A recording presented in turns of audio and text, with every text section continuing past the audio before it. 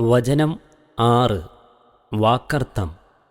വ അന്നഹു കാന, ആയിരുന്നുവെന്നും, റിജാലുൻ, ചില പുരുഷന്മാർ, ആളുകൾ, മിനൽ ഇൻസി, മനുഷ്യരിൽപ്പെട്ട, യഊദൂന, അവർ അഭയം തേടുമായിരുന്നു, ശരണം തേടുമായിരുന്നു, രക്ഷ തേടുമായിരുന്നു, ബിരിജാലിൻ, ചില പുരുഷന്മാരോട്, മിനൽ ജിന്നി, ജിന്നിൽ നിന്നുള്ള, ഫസാദൂഹും, അങ്ങനെ അതവർക്ക് വർദ്ധിപ്പിച്ചു, റഹഖ, ബാധ, ഗർവ്, ധിക്കാരം, ധാർഷ്ട്യം, വിഡ്ഢിത്തം, അക്രമം. وَأَنَّهُ كَانَ رِجَالٌ مِّنَ الْإِنسِ يَعُوذُونَ بِرِجَالٍ مِّنَ الْجِنِّ فَزَادُوهُمْ رَهَقًا. മനുഷ്യരിൽ നിന്നുള്ള ചില പുരുഷന്മാർ, ആളുകൾ, ജിന്നുകളിൽ നിന്നുള്ള ചില പുരുഷന്മാരോട് അഥവാ ആളുകളോട് ശരണം തേടാറുണ്ടായിരുന്നു. അങ്ങനെ അവർക്ക് വിഡ്ഢിത്തം അഥവാ ഗർവ് വർദ്ധിപ്പിച്ചു എന്നും. വചനം 7. വാക്കർത്ഥം. വ അന്നഹും ലന്നു, അവർ ധരിച്ചു എന്നും, കമാ ലനന്തും, നിങ്ങൾ ധരിച്ചതുപോലെ, അല്ലൻ യബ്അസ, എഴുന്നേൽപ്പിക്കുകയില്ല തന്നെ എന്ന്, അയക്കുകയില്ല തന്നെ എന്ന്, നിയോഗിക്കുകയില്ല തന്നെ എന്ന്, അല്ലാഹു അഹദൻ, ഒരാളെയും. وَأَنَّهُمْ ظَنُّوا كَمَا ظَنَنْتُمْ أَن لَّن يَبْعَثَ اللَّهُ أَحَدًا. അല്ലാഹു ഒരാളെയും എഴുന്നേൽപ്പിക്കുന്നതേയല്ല എന്ന് നിങ്ങൾ ധരിച്ചതുപോലെ അവരും ധരിച്ചിരിക്കുന്നുവെന്നും പ്രസ്താവിച്ചു. വചനം 6, 7 എന്നിവയുടെ വിശദീകരണം. ജിന്നുകളെക്കുറിച്ചും അവരിലുള്ള ദുഷ്ടവിഭാഗമായ ഷൈത്വാനെ അഥവാ പിശാചിനെക്കുറിച്ചും ഇന്നു പലരിലും കണ്ടുവരുന്നതുപോലെ അറബികൾക്കിടയിലും പല തെറ്റായ ധാരണകളും അന്ധവിശ്വാസങ്ങളും ഉണ്ടായിരുന്നു. വിജനപ്രദേശങ്ങളായ വല്ല താഴ്വരയിലൂടെയോ മറ്റോ സഞ്ചരിക്കുമ്പോൾ ആ പ്രദേശനിവാസികളായ ജിന്നുകളിൽ നിന്ന് വല്ല ഉപദ്രവമോ ആപത്തോ നേരിട്ടേക്കാമെന്ന് അവർ ഭയപ്പെട്ടിരുന്നു. അതിനാൽ അങ്ങനെയുള്ള സ്ഥലങ്ങളിൽ കൂടി പോകുമ്പോൾ ഈ താഴ്വരയിലെ വിവരമില്ലാത്തവരായ ജിന്നുകളെ സംബന്ധിച്ച് ഇവിടത്തെ നേതാവായ ജിന്നിനോട് ഞങ്ങൾ ശരണം തേടുന്നു എന്ന് അവർ പറയാറുണ്ടായിരുന്നു.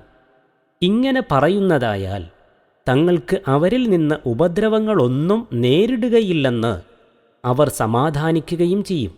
ഇതിനെപ്പറ്റിയാണ് 6-ാം വചനത്തിൽ ജിന്നുകൾ പ്രസ്താവിക്കുന്നത്. ഫസാദൂഹും റഹഖ എന്ന വാക്യത്തിന് 2 പ്രകാരത്തിൽ അർത്ഥവ്യാഖ്യാനം നൽകപ്പെട്ടിട്ടുണ്ട്. 1. ആ ശരണം തേടൽ മൂലം ജിന്നുകൾക്ക് മനുഷ്യർ വിഡ്ഢിത്തം വർദ്ധിപ്പിച്ചു, അഥവാ അത് നിമിത്തം അവർക്ക് ഗർവും ധിക്കാരവും അധികമായി തീർന്നു. 2. അതുമൂലം മനുഷ്യർക്ക് ജിന്നുകൾ വിഡ്ഢിത്തം വർദ്ധിപ്പിച്ചു, അഥവാ ജിന്നുകളെക്കുറിച്ചുള്ള ഭയവും അവരോട് ശരണം തേടലും കാരണമായി അവരിൽ ഭോഷ്കും നിഷിദ്ധമായ പ്രവർത്തനങ്ങളും വർദ്ധിച്ചു. റഹഖ് എന്ന വാക്കിന് സന്ദർഭോചിതം പല അർത്ഥങ്ങളും വരുന്നതും കർത്താവിൻ്റെയും കർമ്മത്തിൻ്റെയും സ്ഥാനത്ത് നിലകൊള്ളുന്ന 2 സർവനാമങ്ങളിൽ ജിന്നുകളെ കുറിക്കുന്നത് ഏതാണെന്നും മനുഷ്യരെ കുറിക്കുന്നത് ഏതാണെന്നും നിർണയിക്കുന്നതിലുള്ള വ്യത്യസ്ത വീക്ഷണവുമാണ് ഈ ഭിന്നാഭിപ്രായത്തിന് കാരണം. 2 ഉദ്ദേശ്യം വ്യക്തമാണല്ലോ. 7-ാം വചനത്തിൽ അല്ലാഹു ഒരാളെയും എഴുന്നേൽപ്പിക്കുകയില്ല, ലൻ യബ്അസല്ലാഹു അഹദ എന്നു പറഞ്ഞതിൻ്റെ താൽപ്പര്യം അല്ലാഹു ആരെയും റസൂലായി എഴുന്നേൽപ്പിക്കുകയില്ല എന്നും മരണശേഷം അല്ലാഹു ആരെയും രണ്ടാമത് എഴുന്നേൽപ്പിക്കുകയില്ല എന്നും ആകാവുന്നതാകുന്നു. ഈ 2 പ്രകാരത്തിലും ആ വാക്യത്തിന് വ്യാഖ്യാനം നൽകപ്പെട്ടിട്ടുമുണ്ട്. രണ്ടായാലും ജിന്നുവർഗവും മനുഷ്യവർഗവും ധരിച്ചു വന്നിരുന്ന ആ ധാരണ തെറ്റാണെന്ന് തങ്ങൾക്ക് ഇപ്പോൾ ബോധ്യമായിരിക്കുന്നുവെന്നത്രേ ജിന്നുകൾ പ്രസ്താവിച്ചതിൻ്റെ സാരം.